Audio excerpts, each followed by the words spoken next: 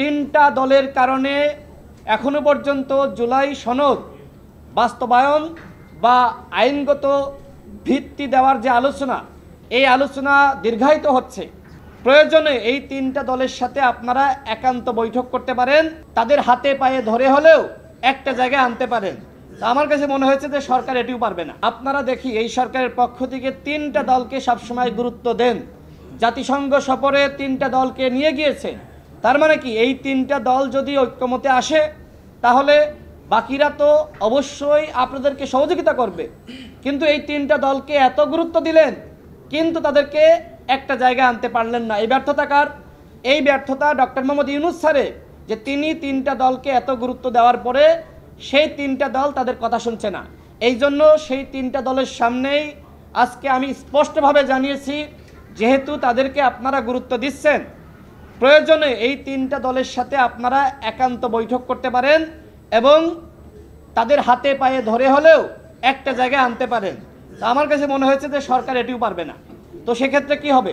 যেহেতু এনসিপির দাবি গণপরিষদ, বিএনপির যে দাবি সেটি হলো হাইকোর্টের একটি পরামর্শ নিতে হবে 106 অনুযায়ী, এবং জামাত ইসলামের দাবি হলো বিশেষ সাংবিধানিক অর্ডার।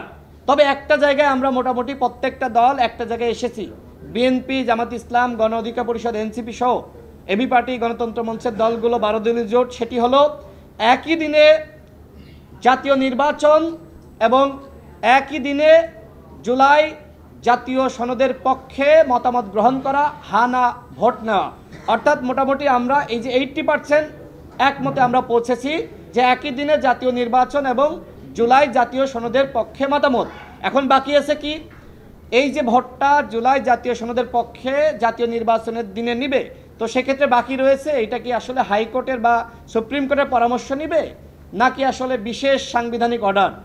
আমরা সরকারকে বলেছি, অর্থাৎ ঐক্যমত কমিশনকে জানিয়েছি, এই দুইটাকে কিভাবে অ্যাকোমোডেশন করা যায়, একটা জায়গায় এনে একই দিনে জাতীয় নির্বাচন এবং জুলাই জাতীয় সনদের পক্ষে জনগণের মতামত নেওয়া।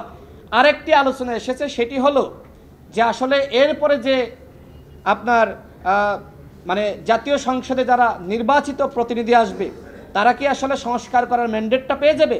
আমরা এই বিষয়ে বলেছি, দেখেন এই যে আমরা আলোচনা করছি, জাতীয় ঐক্যমত কমিশন আমাদেরকে নিয়ে বসছে, এইটাই এক ধরনের গণপরিষদ। এইখানে আমরা সংবিধান নিয়ে আলোচনা করেছি, অন্যান্য বিষয়গুলো নিয়ে আলোচনা করেছি। সুতরাং এইটাকে আপনারা গণপরিষদ মনে কেন করতে পারছেন না? গণ অভ্যুত্থান আমাদেরকে সেই জায়গাটা দিয়েছে। এখন তো আমরা পুরোপুরি সংবিধান মেনে সব কিছু করছি না, আমরা অর্ধেক সংবিধানের মধ্যে রয়েছি, আর অর্ধেক এই গণ অভ্যুত্থান আমাদেরকে সেই শক্তি দিয়েছে সিদ্ধান্ত গ্রহণ করার। এজন্য আমাদের দলের পক্ষ থেকে বলেছি, নির্বাচনের পরে প্রথম জাতীয় সংসদের যে অধিবেশন হবে সেই অধিবেশনে এই যে জুলাই জাতীয় সনদের পক্ষে মতামত নেওয়া হলো এবং জনগণ সম্মত হলো, আমরা মনে করছি অবশ্যই জনগণ সম্মত হবে, সেইটার অনুমোদন দিতে হবে প্রথম জাতীয় সংসদে। আমরা এই বিষয়ে মন্তব্য রেখেছি এবং অধিকাংশ দল এই বিষয়ে একমত।